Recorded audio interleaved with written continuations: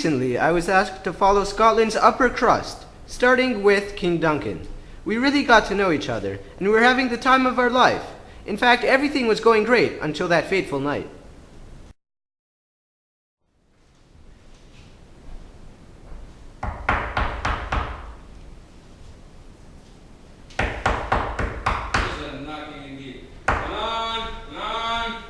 Hey, what's up?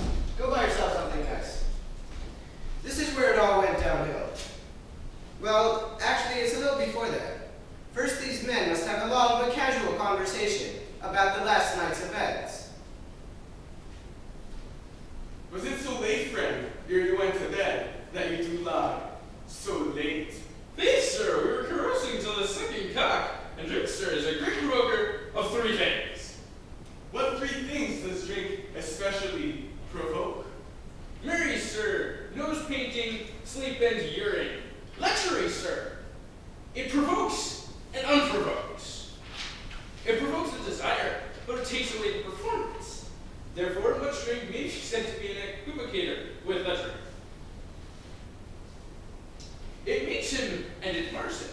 It sets him on and it takes him off. It persuades him and disheartens him, makes him stand to and not stand to. In conclusion, equivocates him in a sleep and giving him the lie. Please. I believe drink gave thee the lie last night. That he did, sir, in the very throat on me. But I requited him for his lie, and I think, being too strong for him, though he took on my leg sometimes, yet I made shift to cast it. Okay, basically, the porter's drunk, and he's blabbering on about the repercussions of drinking, including poor judgment, hangovers, and frequent urination. So let's fast forward a bit.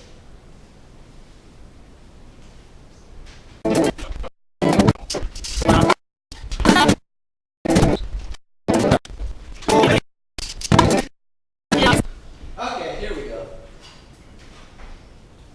Is thy master stirring?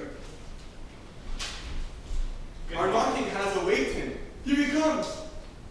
Good morrow, sir. Good morrow, both. See this face? This is the face of a backstabbing murderer. Maybe I should stop interrupting this. Is the king stirring, worthy thing? Not yet. He did command me to call timely on him. I have almost slipped the hour. I'll bring you to them. I know this is a joyful trouble to you, but yet 'tis one. The labor we delight in physics pay. This is the joy. I'll make so bold to call, for 'tis my limited service.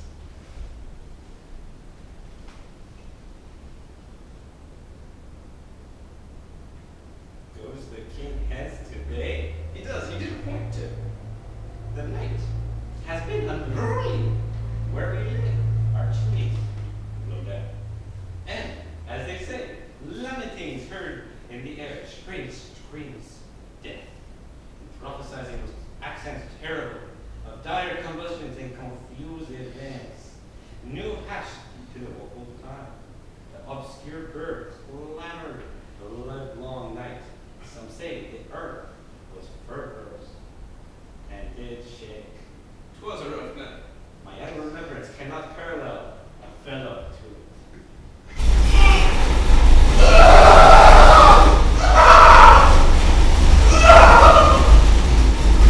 Horror! Horror! Horror! Tongue nor heart cannot conceive nor name thee! What's the matter? Confusion, thou hast made his masterpiece. Most sacrilegious murder hath broken open the Lord's anointed temple, and stole thence the life of the building. What is it you say? The life? You mean you, his majesty?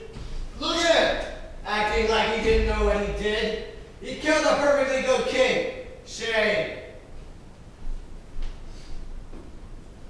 Approach the chamber and destroy your sight with a new gorgon. Do not bid me speak. See, then speak yourselves. Awake! Awake! Ring the alarm bell! Murder and treason! Bingo and Donalbain! Malcolm, awake! Shake off this downy sleep! Death's counterfeit! And look upon death itself! Up and see! The great doom's image! Malcolm! Bingo! As from your graves rise up and walk like sprites!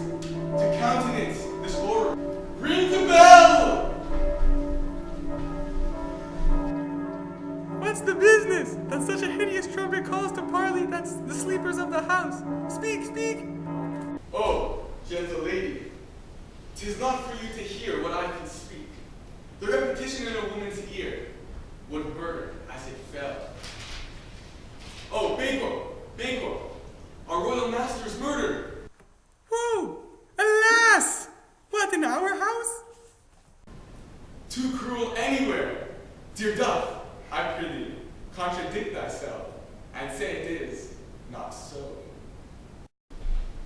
Had I but died an hour before this chance, I had lived a blessed time, for from this instant there's nothing serious in mortality. All is but toys. Renown and grace is dead. The wine of life is drawn, and the mere lees is left this ball to brag of. What is a means? You are, and do not know it. The spring, the head, the very fountain of your blood is stopped. The very source is stopped. Your royal fathers murdered. Oh, by who? Well, those of his chambers, as it seemed, had done it. Their hands and faces were badged with blood. There so were their daggers, which unlike we found upon their pillows. They stared and were distracted. No man's life was to be trusted with them. Oh, yet I do repent me of my fury that I did kill him. Wherefore did you do so? Who can be wise amazed, temperate and furious, loyal and neutral in a moment? No man.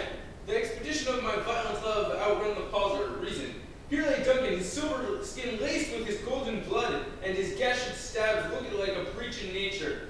For ruin's wasteful entrance there, the murderers, steeped in the colors of their trade, their daggers unmannerly breached with gore. Who can refrain that had a heart to love, and in that heart courage to make love known? Help me hence! Oh! Look to the lady. Why do we hold our tongues, that most may claim this argument for ours? What should be spoken here, where our fate, hidden in our hole, may rush and seize us? Less away, our tears are not yet brewed. Nor our strong sorrow upon the foot of motion. Look to the lady. And when we have our naked frailties hid, that suffering exposure, let us meet and question this most bloody piece of work. To know it further, fears and scruples shake us. In the great hand of God I stand, and thence against the undivulged pretense I fight of treasonous malice. And so do I. So all.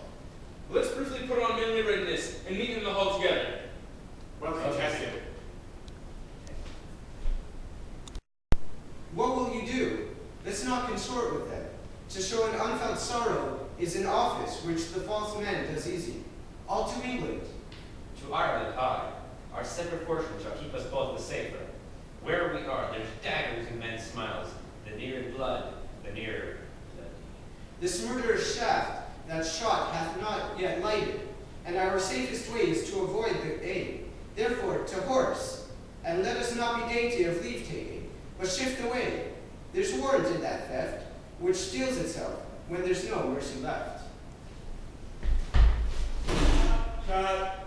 Well, that's a wrap, folks. I can't believe some people think it's bad luck to say the name of this play out loud. I mean, this scene was great, even when I said Mac. No!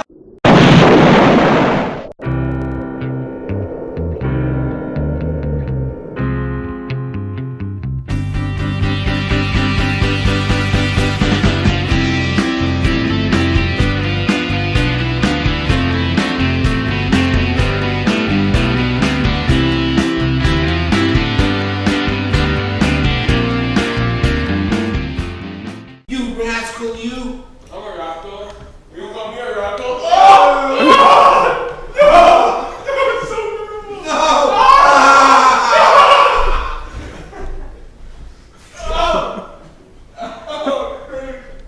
On with the show, this is it!